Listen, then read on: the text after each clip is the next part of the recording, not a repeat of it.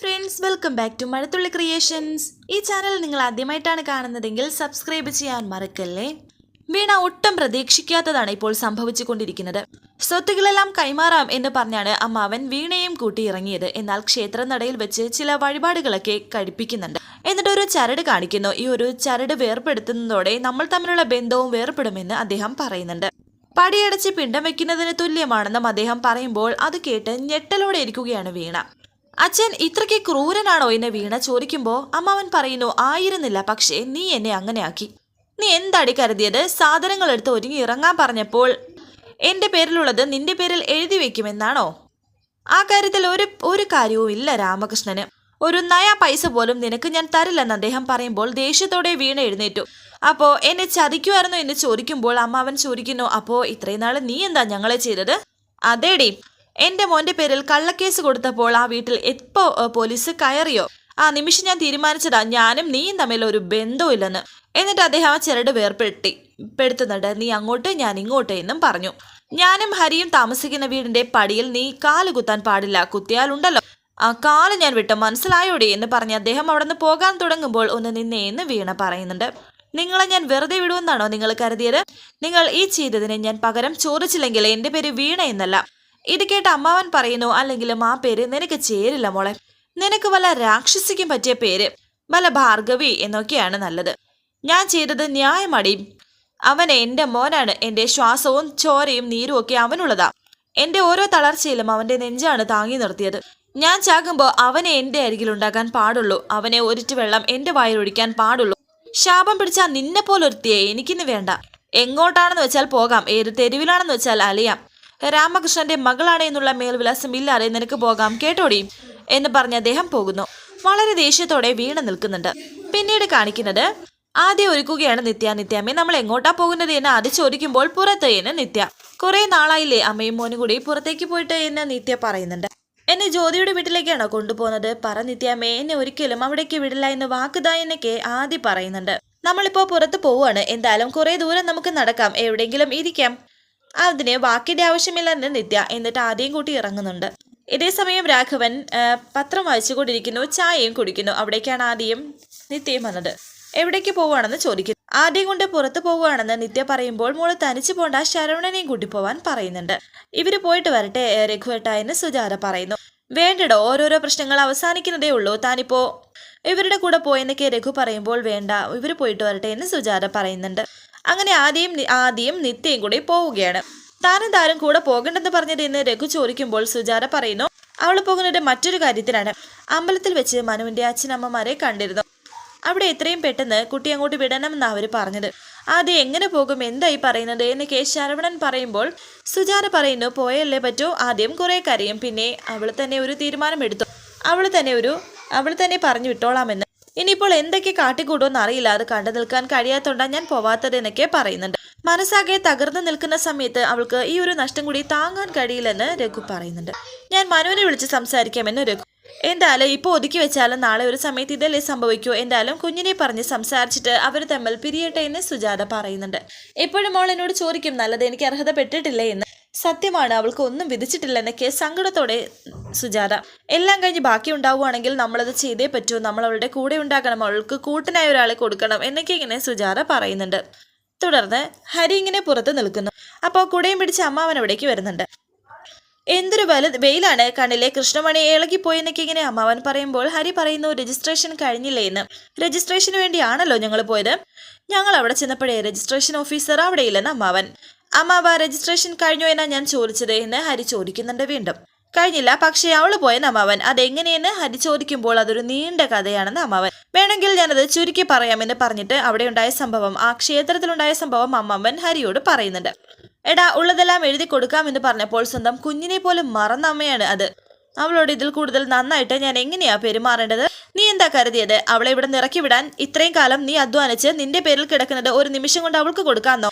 ഒരു ചില്ലി കാശ് പോലും ഞാൻ അവൾക്ക് കൊടുക്കില്ല. ഇനി എവിടെയെങ്കിലും ചത്ത കിടക്കുന്നു എന്ന് പറഞ്ഞാൽ പോലും കുഴിച്ചിടാനുള്ള പൈസ പോലും ഞാൻ കൊടുക്കില്ലെന്നും അദ്ദേഹം. അവളെ ഇതുകൊണ്ട് തോൽപ്പിക്കാൻ കഴിയുമെന്ന് അമ്മാവന് തോന്നുന്നുണ്ടോ എന്ന് ഹരി. അവളിപ്പോൾ നിയമത്തിന്റെ വഴിയിൽ നീങ്ങുകയാണെങ്കിൽ അങ്ങ് നീങ്ങട്ടെ. ഒരു കേസ് പറഞ്ഞു തീരുമ്പോൾ പറഞ്ഞു നിൽക്കാനുള്ള കൃത്യമായ കണക്കുകൂട്ടൽ എനിക്കുണ്ടെന്ന് അദ്ദേഹം പറയുന്നുണ്ട്. അത് ഞാൻ അപ്പോഴും നോക്കിക്കോളാം. അവൾ എനിക്ക് പറഞ്ഞ മകളാണ്. പക്ഷേ നിന്റെ പേരിൽ പോലീസ് കംപ്ലൈന്റ് കൊടുത്ത് ആ പോലീസുകാർ ഇവിടെ എത്തിയ ആ നിമിഷമുണ്ടല്ലോ, ഞാൻ അന്ന് തീരുമാനിച്ചതാണ്, നിന്നെ ദ്രോഹിക്കുന്ന ഒരാളോട് ഞാൻ മാപ്പ് കൊടുക്കില്ല. ജന്മത്തിലല്ലോ കർമ്മത്തിലല്ലേ ബന്ധം. കർമ്മത്തിന്റെ അടിസ്ഥാനത്തിൽ എനിക്ക് ഒരേ ഒരു മോനേ ഉള്ളൂ, അത് നീയാണ് എന്നൊക്കെ അദ്ദേഹം പറയുന്നുണ്ട്. സ്വസ്ഥമായി ജീവിക്കുന്ന നിന്റെ കൂടെ എനിക്ക് ജീവിക്കണം. എന്നിട്ടാകുമ്പോ അവൻ അങ്ങ് പൊയ്ക്കോളാം മനസ്സമാധാനത്തോ. ഇത് കേട്ട് ഹരിയുടെ കണ്ണ് നിറയുന്നുണ്ട്. എന്നിട്ട് ഇങ്ങനെ പറയുന്നു, എന്തെങ്കിലും ചെയ്തിട്ട് മരണത്തിന്റെ കണക്ക് പറച്ചിൽ അങ്ങോട്ട് തുടങ്ങും. എടാ, ഇനിയിപ്പോൾ അവളുടെ മുന്നിൽ വെച്ചാണ് മരണത്തിന്റെ കാര്യം പറഞ്ഞിരുന്നെങ്കിൽ മരിക്കാനുള്ള കാരണം അവൾ എനിക്ക് പറഞ്ഞു തന്നേനെ. പക്ഷെ നീ പറയുന്നത് ആ വാക്ക് പോലും എന്നെ കൊണ്ട് പറയാൻ സമ്മതിക്കുന്നില്ല. അതല്ലേ ആത്മബന്ധം എന്ന് പറയുന്നത്. ഇനിയിപ്പോൾ ഈ വീട് ഒന്ന് അടിച്ച് ശുദ്ധീകരണം ചെയ്യണം. സുജാതയോടും നിത്യയോടും പറയണം, ഒരു ബാധകിടുന്ന വീടല്ലേ എന്നൊക്കെ ഇങ്ങനെ അദ്ദേഹം പറയുന്നു. അമ്മാവനോട്ട് വിഷമമില്ലേ എന്ന് ഹരി ചോദിക്കുമ്പോൾ ഭയങ്കര വിഷമല്ലേ. അത് അവളെ കുറിച്ചല്ല ഓർത്തിട്ട് അവളുടെ അമ്മയെ കുറിച്ച് ഓർത്തിട്ടാണ്. പാവം, ജീവിച്ചിരുന്നപ്പോൾ ഞാൻ അവളോടൊരു വാക്ക് പറഞ്ഞിരുന്നു, അവളുടെ മോളെ ഞാൻ വിഷമിപ്പിക്കില്ല എന്ന്. അത് പോട്ടെ, അല്ലാതെ എന്ത് ചെയ്യാനായെന്ന് അദ്ദേഹം പറയുന്നുണ്ട്. എന്നിട്ട് അദ്ദേഹം വിഷമത്തോടെ അകത്തേക്ക് പോകുന്നുണ്ട്. തുടർന്ന് സുജാതയും ഹരിയും സംസാരിക്കുകയാണ്. ഹരിയോട് സുജാത പറയുന്നു, തകർന്ന ഒരു മനസ്സുമായിട്ടായിരിക്കും എന്റെ മോള് ഇങ്ങോട്ട് തിരിച്ചു വരുന്നത്. ഹരി സുജാതയുടെ വീട്ടിലേക്ക് പോയപ്പോഴാണ് ഇവർ സംസാരിക്കുന്നത്. വായിച്ചു കൂട്ടിയതൊക്കെ അവൾ വിശ്വസിച്ചു. അവൾ ചെയ്തത് തെറ്റാണെന്ന് ഞാൻ പറയില്ല. താൻ ചെയ്തത് തെറ്റാണെന്ന് തന്നെ താലികെട്ടിയ പുരുഷൻ കൺമുന്നിൽ വന്ന് അങ്ങനെയൊക്കെ പറയുമ്പോൾ ആരും ചെയ്യുന്ന കാര്യമേ അവളും ചെയ്തുള്ളൂ. ഇപ്പോൾ എന്റെ മോളുടെ 2 ചിറക് മറ്റു പോവുകയാണ്. എനിക്ക് ആയുസുള്ള കാലം വരെ ഞാൻ അവളുടെ കൂടെ ഉണ്ടാകും. എന്നെ കൊണ്ടാവുന്നത് വിധം ഞാൻ അവളെ ആശ്വസിപ്പിക്കും. പക്ഷെ അതിനൊക്കെ അപ്പുറത്താണ് നിങ്ങൾ തമ്മിലുള്ള ബന്ധം. ഹരിക്കൊരു കാര്യം അറിയാമോ? ഇത്രയും പ്രശ്നം നടക്കുന്നതിനിടയിലും ഹരി ഒരു കവിത എഴുതിയില്ലേ? അതിനെക്കുറിച്ച് അവൾ എന്നോട് പറഞ്ഞത് തുള്ളിച്ചാടുന്ന ഒരു കുട്ടിയെ പോലെയാണ്. ഹരിക്ക് അവളുടെ മനസ്സിലുള്ള സ്ഥാനം എന്താണെന്ന് എനിക്ക് വ്യക്തമായിട്ടറിയാം. ഹരി എന്താണ് ഉദ്ദേശിക്കുന്നത് നിത്യയുടെ കാര്യത്തിൽ എന്ന് സുജാത ചോദിച്ചു. ഹരി പറയുന്നു, ആന്റി, നിത്യയിൽ നിന്നും ഞാൻ ഒഴിഞ്ഞു മാറാൻ ശ്രമിച്ചത് ആന്റി നേരത്തെ പറഞ്ഞ കാര്യമല്ലേ? ഒരു പെണ്ണിന്റെ വിധിയും ഗതികേടും മനസ്സിലാക്കിയിട്ട്, അല്ലാതെ വേറൊന്നുമല്ല. എനിക്ക് ഒരുപാട് സൗഹൃദങ്ങൾ ഉണ്ടായിട്ടുണ്ട്. പക്ഷെ ആ സൗഹൃദങ്ങൾ എന്നെ ഇത്രത്തോളം സന്തോഷിപ്പിച്ചിട്ടില്ല, ആശ്വസിപ്പിച്ചിട്ടില്ല. നിത്യ എന്റെ അടുത്ത് വന്നതിന് ശേഷം വേറെ ഒരുപാട് പ്രശ്നങ്ങൾ ഉണ്ടായപ്പോഴും എന്റെ പ്രശ്നങ്ങളെല്ലാം തീരുമ്പോഴും നിത്യ വരും എന്നെ ആശ്വസിപ്പിക്കാൻ എന്നൊരു തോന്നൽ എനിക്കുണ്ടായിരുന്നു. ഞാൻ അവളോട് സംസാരിക്കട്ടെ എന്ന് സുജാത ചോദിക്കുമ്പോൾ ഹരി പറയുന്നു, വേണ്ട ആന്റി. ഒഴിഞ്ഞു മാറിയ കളത്തിലേക്ക് അയാൾ തിരിച്ചു വരുന്നുണ്ടെങ്കിൽ അത് ആരുടെയും നിർബന്ധം കൊണ്ടായിരിക്കരുത്, സ്വന്തം ഇഷ്ടപ്രകാരമായിരിക്കണം. അമ്മാവൻ വീണയെ പുറത്താക്കിയതുപോലും ഞാനും നിത്യയും ഒന്നിച്ചു ചേരാൻ വേണ്ടിയിട്ടാണ്, എനിക്കതറിയാം. പക്ഷേ ഈ കാര്യത്തിൽ തീരുമാനം നിത്യയുടേതാണ്. എനിക്ക് ഒരിക്കലും വേറെ ഒരു ജീവിതം ഉണ്ടാകില്ല. എൻ്റെ ജീവിതത്തിലേക്ക് വേറെ ആരും വരില്ല. അതിന് തോറ്റുപോയവൻ്റെ ഗതികേടെന്നോ കാത്തിരിപ്പിൻ്റെ ഒരു തീരുമാനമെന്നോ എന്ത് വേണമെങ്കിലും പറയാം. ഞാൻ പൊയ്ക്കോട്ടെ ആന്റി എന്ന് ഇടറിയ സ്വരത്തോടെ പറയുകയാണ് ഹരി. ഹരി നിത്യയോട് അകലം കാണിക്കരുത് എന്ന് സുജാത പറയുമ്പോൾ ഹരി പറയുന്നു, അതൊരിക്കലും ഉണ്ടാകില്ല. ഞങ്ങളുടെ സൗഹൃദത്തിന് അതിന് കഴിയില്ല. എൻ്റെ വരികൾക്ക് പോലും എൻ്റെ ജീവിതത്തിനും അർത്ഥമുണ്ടാക്കി തന്ന പെൺകുട്ടിയാണ് അവൾ. അതിന് മാറ്റമുണ്ടാകില്ലെന്നും ഹരി. എന്നിട്ട് ഹരി അവിടെ നിന്ന് പോകുന്നുണ്ട്. പിന്നീട് കാണിക്കുന്നത് നിത്യയും ആദിയും ഇങ്ങനെ റോഡ് സൈഡിൽ കൂടി നടന്നു പോയിക്കൊണ്ടിരിക്കുന്നുണ്ട്. ഒരു ബസ് സ്റ്റാൻഡിൽ അവിടെ ഇങ്ങനെ ഇരിക്കുന്നുണ്ട്. നിത്യമ്മ എന്താ ഒന്ന് പറയാത്തതെന്ന് ആദി ചോദിക്കുന്നു. മോൻ നിത്യാമ്മയെ വലിയ ഇഷ്ടമാണ് അല്ലേ എന്ന് നിത്യ ചോദിക്കുമ്പോൾ ആദി പറയുന്നു, അത് നിത്യാമ്മയ്ക്ക് അറിഞ്ഞൂടെ? നിത്യാമ്മ എന്ത് പറഞ്ഞാലും മോനെ അനുസരിക്കുമോ എന്ന് നിത്യ ചോദിക്കുന്നുണ്ട്. മോളുകയാണ് ആദി. 2 ദിവസം കഴിയുമ്പോൾ മനുവും ജ്യോതിയും മോനെ കൂട്ടിക്കൊണ്ടു പോകാനായിട്ട് വരും എന്ന് പറയുമ്പോൾ നിത്യ പറയുന്നു, ഞാൻ പോകില്ല, മോൻ പോകണം. മോനെ വളർത്താനുള്ള അവകാശം മോൻ്റെ അച്ഛനും അമ്മയ്ക്കും അല്ലേ ഉള്ളത്? എനിക്ക് ആരെയും വേണ്ട, എനിക്ക് നിത്യാമ്മയെ മാത്രം മതിയെന്ന് ആദി പറഞ്ഞു. മോൻ നിത്യാമ്മ പറയുന്നത് കേൾക്കാണ്ട് നിത്യാമ്മയോട് വാക്ക് പറഞ്ഞതല്ലേ എന്ന് ആദി. നിത്യാമ്മയ്ക്ക് എന്നെ ഇഷ്ടമല്ലേ എന്ന് ആദി ചോദിക്കുമ്പോൾ നിത്യ സങ്കടത്തോട് പറയുന്നുണ്ട്, ജീവനോളം ഇഷ്ടമാണ്.